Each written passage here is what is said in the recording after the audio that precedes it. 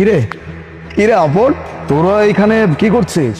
এই তোরে ব্যাংকে আসছিলাম, একটা কাজ ছিল তো, তাই তো। তুই এইখানে কি জন্যে? আমরা তো আসছিলাম আসলে এখানে কিছু টাকা ডিপোজিট করতে।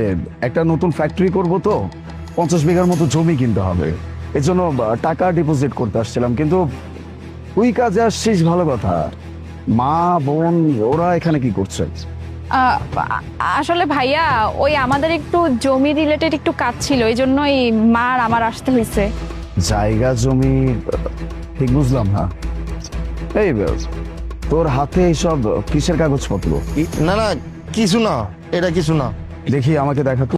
আর বললাম তো কিছু না। আরে দেখা না। কি ব্যাপার? এগুলো তো তোদের বাড়ির জমির কাগজপত্র। তুই কি এখানে কোনোভাবে বাড়ির জমি বন্ধক রাখার জন্য আসছিস? হ, আমার বাড়ির ভিটার জমির কাগজ আর কিছু জমির কাগজ, এগুলা বন্ধক রাখতে আইছিলাম। টাকার প্রয়োজন আছে, তুই আমাকে বলতে পারতি। কি এমন হয়েছে যে এত টাকার প্রয়োজন? তুই আমাকেও বললি না। বাড়ির জমি সবকিছু তুই বন্ধক রাখতে চলে আসছিস, আমি কিচ্ছু বুঝতে পারতেছি না। আর থাক না, এইসব কথা বাদ দে না। এইসব শুনে তোর কোনো লাভ নেই। তুই এক কাজ কর, কাগজগুলা দে। ঠিক আছে, বলবি না তাই তো? নে। যেখানে বন্ধুত্বরই কোনো দাম নাই, সেখানে আমি কাগজপত্র নিয়ে কি করবো? চলো। আলে দাঁড়া, আমি তোর সব খুইলা কইতেছি, কিন্তু এই আনে না, একটু সাইড আয়। ব্যাংকের সামনে মানুষজন আছে, আর আমার সাথে তো আমার মা আর বোন আছে, মানুষ শুনলে খারাপ ভাববো। একটু সাইড আয়। ঠিক আছে, চল। আম্মা চলো।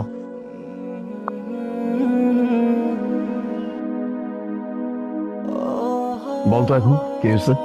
আলে তোরে আমি কইলাম না যে আমার কিছু টাকা প্রয়োজন। আসলে হয়েছে কি, আমার ছোট বোনের না বিয়ে ঠিক হয়েছে। তোর বিয়েতে তো অনেক খরচ পানি আছে, যে জন্য অনেকগুলো টাকা লাগবো। আমি না এই টাকা ধার নেওয়ার জন্য আমার যত পরিচিত লোক ছিল না, সবার কাছে গেছি, হাত পাচ্ছি, টাকা ধার চাইছি যে আমি শোধ করে দেবো। সবাই আমার বাইর করে দিছে, কেউ কেউ তো ঘাট ধাক্কা দিয়ে বের করে দিছে। না পারতে কি করবো? ভিটার যে জমি আছে, তারপরে যে আশেপাশে যেগুলো জায়গা জমি আছে না, এগুলোর কাগজপাতি নিয়ে না ব্যাংকে আইছিলাম, বন্ধক রাখা টাকা নেবো, নিয়ে আমার এই ছোট বোনটার বিয়া দেবো। আর ছোট বোনটার বিয়া না একটা ভালো জায়গায় ঠিক হয়েছে। তো ভালো জায়গায় বিয়ে দিতে গেলে তোর টাকা পয়সার ব্যাপার স্যাপার আছে। বোনটা সুখে থাক, তাতেই ভালো। এর লেগে আসলে ব্যাংকে আইছিলাম। আর এইগুলো কথা তো সবাইরে ওইভাবে বলা যায় না। তো এত মানুষের কাছে পার্ট 2 দেখতে সাবস্ক্রাইব করুন SJ সোনি ব্লগ 2M।